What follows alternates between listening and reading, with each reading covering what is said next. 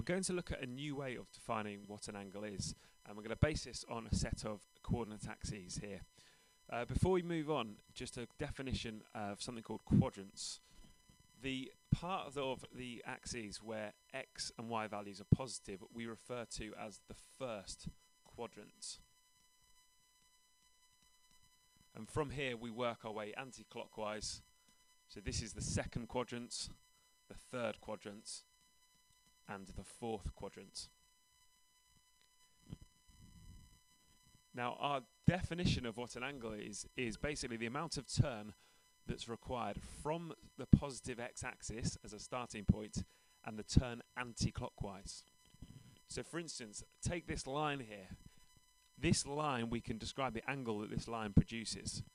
But to do that, we need to start at the positive x-axis and work our way anti-clockwise. So this would be an illustration of an obtuse angle. So here we've got an angle. Now it looks like an angle of 30 degrees, but by our definition that's not quite right, because our definition states that it has to start from the positive x-axis and go anti-clockwise. So actually what this is an illustration is of an angle, it's a reflex angle, and you can see it's almost got to 270 degrees, but it's 30 degrees short. So this angle would be 240 degrees by our new definition.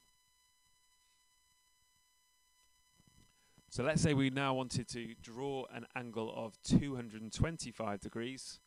Well, to do that, we'll need to start with to travel 180 degrees. And we need to get to 225, so we need an extra 45 degrees in the third quadrant. So this line illustrates an angle of 225 degrees with our new definition. Now there's a couple of reasons why this definition of an angle is much more useful. The first one is that we can now define an angle that's larger than 360 degrees, whereby we couldn't have before. So 400 degrees is simply the angle where you've gone all the way around once, which would be your 360 degrees, and you'd need an extra 40 degrees to get to 360 degrees. Sorry, to get to 400 degrees.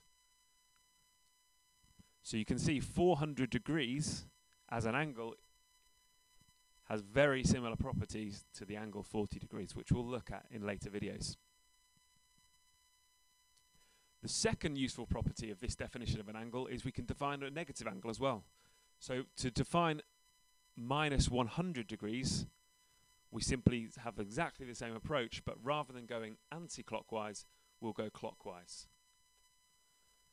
So minus 100 degrees would be this angle where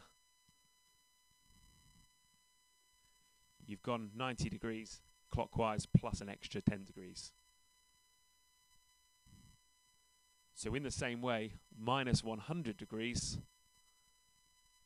has very similar properties to the angle of 260 degrees.